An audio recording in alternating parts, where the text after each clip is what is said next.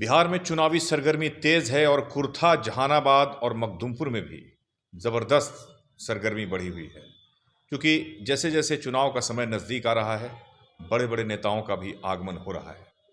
आज ललन सिंह भी आए थे जहानाबाद में, कई तरह की बातें कर कर गए। हमारे बीच मौजूद हैं राजद नेता कमलेश राय जी, जो अधिवक्ता भी हैं और प्रखर वक्ता भी हैं। कमलेश राय जी, क्या लग रहा है आपको कुर्था में, जहानाबाद में, मखदुमपुर में? कुर्था, मखदुमपुर और जहानाबाद ही नहीं, पूरे बिहार में प्रतिपक्ष के नेता तेजस्वी प्रसाद यादव के द्वारा जो महिलाओं को पूरे देश ने जो सम्मान नहीं दिया था, उसमें सम्मान में 4 गुना बढ़ा करके उन्होंने घोषणा किया है कि प्रत्येक महिला को सरकार यदि मेरी बनी तो 14 तारीख जो मकर संक्रांति होता है, उस दिन, उस डेट में हम 30,000 रुपया प्रत्येक महिलाओं के खाता में डालने का काम करेंगे। उतना ही नहीं, माई बहन योजना चला करके इन्होंने 2,500 प्रत्येक महिलाओं को देने की घोषणा की है। तो 10,000 रुपया नीतीश कुमार तो दे ही चुके हैं महिलाओं को। नीतीश कुमार जी ने जो 10,000 चुनाव की घोषणा होने के पहले, महज 10 दिन पहले उन्होंने घोषणा किया था 10,000। तो बिहार बहुत चतुर जगह है और बहुत चालाक जगह है। वो समझती है कि 20 वर्ष के शासन में 20 पैसा भी हम लोगों को नहीं दिए, और चुनाव होने की घोषणा होने के पहले हमको 10,000 उन्होंने देने का काम किया। इसका मतलब है कि लोगों की वोट खरीद फरोख्त का काम कर रहे हैं। वो यहाँ के महिला बहुत जानकार और समझदार है, समझती है कि हम लोगों को फंसाने का काम कर रहे हैं। जो तेजस्वी प्रसाद यादव का जो सपना देखे हुए इस राज्य के लोग, इस राज्य के नौजवान, महिला, तमाम पिछड़ा, अति पिछड़ा, दलित, महादलित, तमाम लोग, जितने भी नौजवान साथी हैं, सब लोग जानते हैं कि तेजस्वी यादव को मुख्यमंत्री बनाना है। और बनाने के कगार पर उसकी घबराहट में नीतीश कुमार जी ने 10,000 लोगों को खाता में डालने का काम किए। तो मतलब इससे एक माहौल भी बन रहा है, लग रहा है आपको? मतलब नीतीश कुमार जी ने जो विकास किया है, जो विकास पुरुष कहलाते हैं, जो सुशासन की सरकार कहलाती है, क्या इसका लाभ उन्हें चुनाव में? नीतीश कुमार जी 2005 में बने थे तो कुछ लगा था कि सरकार बनी है, और सुशासन की सरकार कहते थे तो कुछ समझ में आता था। लेकिन 2005-10 के बाद जो बिहार के अंदर में न सुशासन कहीं दिख रहा है, न कोई विकास दिख रहा है। विकास हुआ भी है तो कागज़ पर हुआ है।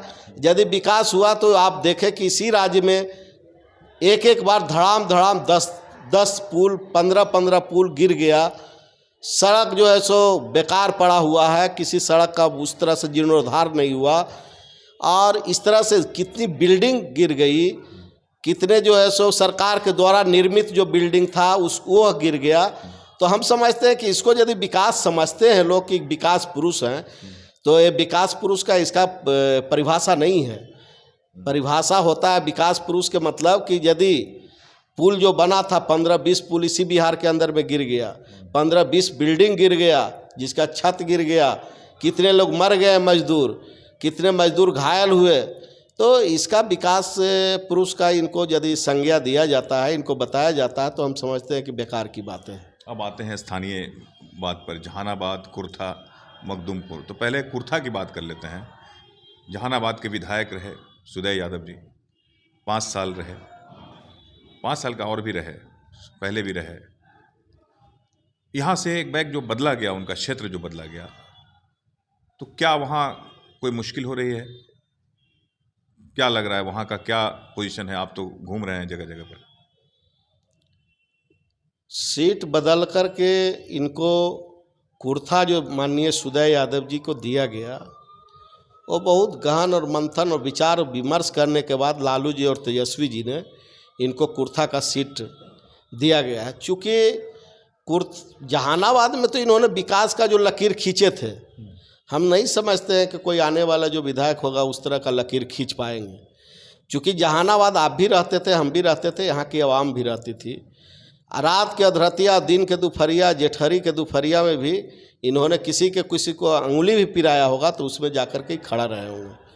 और उतना ही नहीं, हम लोगों ने देखा है कि 2-2 बजे 3-3 बजे भोर तक हॉस्पिटल घूमते रहे हैं, इलाज कराते रहे हैं, पोस्टमार्टम कराते रहे हैं। तो इस तरह के जो विकास पुरुष होते हैं, इस तरह के जो विकास करने वाले लोग होते हैं, तो इनकी जो लकीर खींचा हुआ है उस लकीर पर ही लोग चलेंगे तो बहुत अच्छा होगा। बीच बीच में जो है विरोध की भी खबरें आती थी, देखने को मिलती थी। विरोध का सामना तो कितना भी आप अच्छा काम कीजिएगा तो एक पार्ट, एक धारा जो है वो आपको विरोध करने के लिए ही जाने जाते हैं, वो विरोध करेंगे ही। सभी अच्छाई में बुराई होती है, अच्छा काम का भी बुरा लोग संज्ञा देते, उसको मीनिंग निकाल करके और उसको अच्छे काम को भी बुरा साबित करने में लगे रहते हैं। तो वैसे एक धारा है जो आप अच्छा कीजिएगा भी तो आपके खिलाफ में लोग रहेगा, वो कभी मिटता नहीं है। यही लोकतंत्र में तो होता है, यही तो लोकतंत्र की खूबसूरती। माहौल क्या है कुर्था में? कुर्था में बहुत अच्छा माहौल है। तमाम गरीब गुरबा, इनके पिताजी जो समाजवादी धारा के रहे थे, डॉक्टर मुंद्रिका सिंह यादव, मंत्री के रूप में जो उन्होंने काम किया, कुर्था में 2-2 ब्लॉक बनाने का काम किए। कुर्था के अंदर में जो बंसी सुदूर, बंसी सोनभद्र जो ब्लॉक है, अति सुदूर देहाती इलाके में उन्होंने स्थापित किया। कोई साधन नहीं था, आदमी को पगडंडी पर चलना पड़ता था। आज वो शहर का स्वरूप ले लिया। वो मुंद्रिका सिंह यादव जो समाजवादी लीडर थे, इसे मगध में समझते हैं कि उस तरह का लीडर कोई हुआ नहीं करते थे उस ज़माने में।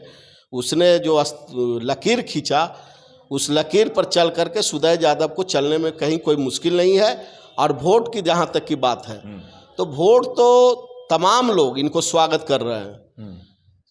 ऊंची जाति के लोग भी कर रहे हैं, पिछड़ा भी कर रहे हैं, अति पिछड़ा भी कर रहे हैं, दलित भी कर रहे हैं, महादलित भी कर रहे हैं।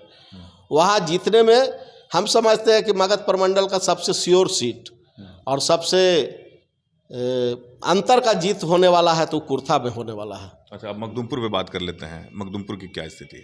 क्या आपका जो है राष्ट्रीय जनता दल से जो खड़े हैं उम्मीदवार सूबेदार दास, मखदूमपुर में जो सूबेदार दास जी हैं खड़े, वो बहुत अच्छे और बहुत काबिल आदमी हैं। पहले भी विधायक रहे हैं। पहले भी विधायक रहे हैं। उन्होंने जो विकास किया था पहले, किसी कारणवश उनका टिकट कटा था, लेकिन पुनः लालू प्रसाद यादव जी और तेजस्वी जी को एहसास हुआ कि मखदूमपुर जो है सो सूबेदार दास को ही दे करके हम लोग मखदूमपुर का सीट जिता सकते हैं।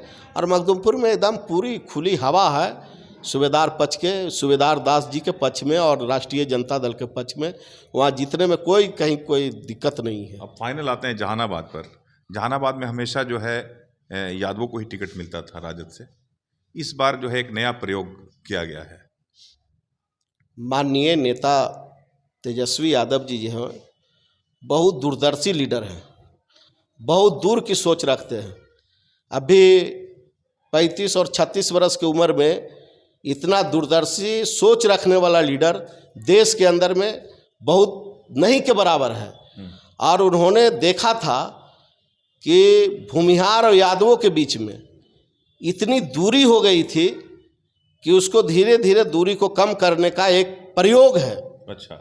और इस प्रयोग के रूप में जहानाबाद जैसे इलाके में, मगध के इलाके में भूमिहार यादवों का जो जिस तरह का चलता था, उस दूरी को कम करने का एक इनका प्रयोग है। और जो ये प्रयोग सफल होगा? ये प्रयोग 100% सफल है। इसलिए सफल है कि अभी आप देख रहे होंगे कि भूमिहार जिस तरह से रोड पर उतर करके एनडीए के पक्ष में पिछले दिनों नंगा नृत्य करते थे, प्रचार करते थे, एकदम लगता था कि कहाँ क्या हो जाएगा, किससे लड़ाई हो जाएगी, किससे दंगा हो जाएगा, किससे फसाद हो जाएगा। आज भूमिहार के समाज के जितने भी लोग हैं, कहीं कोई इस तरह की स्थिति में नहीं है। एकदम समान स्थिति में, समान वोटर के जैसा है। ठीक है भाई, हमको वोट देना है एनडीए को तो देंगे, और नहीं तो हम जगदीश शर्मा जी को वोट देंगे। इस तरह से बातें आ रही है भूमिहार के बीच से। तो यादव स्वीकार कर रहे हैं, कर लिए लोग। यादव तो राष्ट्रीय जनता दल का चूँकि एकदम कोर वोटर है, एकदम मतलब उसका ठोका हुआ वोट रहता है। यादव तो लालटेन छोड़ के कहीं जाने वाला नहीं है। एक और उम्मीदवार खड़े हैं जो है मांदिल पंचायत के, मुखिया जी खड़े हैं। तो मुखिया जी खड़े हैं तो ये मुखिया का चुनाव नहीं है, ये एमएलए का चुनाव है। एमएलए के चुनाव में देश और राज्य की बात सोची जाती है, पंचायत की बात नहीं सोची जाती है। इसलिए देश और राज्य को बनाना है, तो उसमें मुखिया जी कहाँ दिखाई देंगे। मतलब तीनों जगह आपको लग रहा है कि स्थिति बेहतर है पूरे महागठबंधन का? पूरे जगह पर महागठबंधन के उम्मीदवार काफ़ी मत से जीतेंगे और अच्छे मत से जीतेंगे। और आने वाला समय में 14 तारीख का जो रिजल्ट होगा वो तेजस्वी यादव जी को मुख्यमंत्री बनाने का रिजल्ट होगा। तो हमारे साथ कमलेश राय जी हैं, खुलेआम बोलते हैं, जो भी बोलना होता है दिल से बोलते हैं, कभी इफ बट नहीं करते हैं। आपने सुना इन्होंने क्या कहा। तेजस्वी यादव का एक क्रेज़ बढ़ा है सभी धर्म सभी जाति के लोगों में। ये क्रेज़ कितना काम करता है इस चुनाव में, ये सब कुछ 14 तारीख को पता चलेगा जब रिजल्ट आएगा। आप देख रहे हैं हमारा खास कार्यक्रम, देखते रहिए, लाइक कीजिए, शेयर कीजिए और सब्सक्राइब जरूर कीजिए। नमस्कार।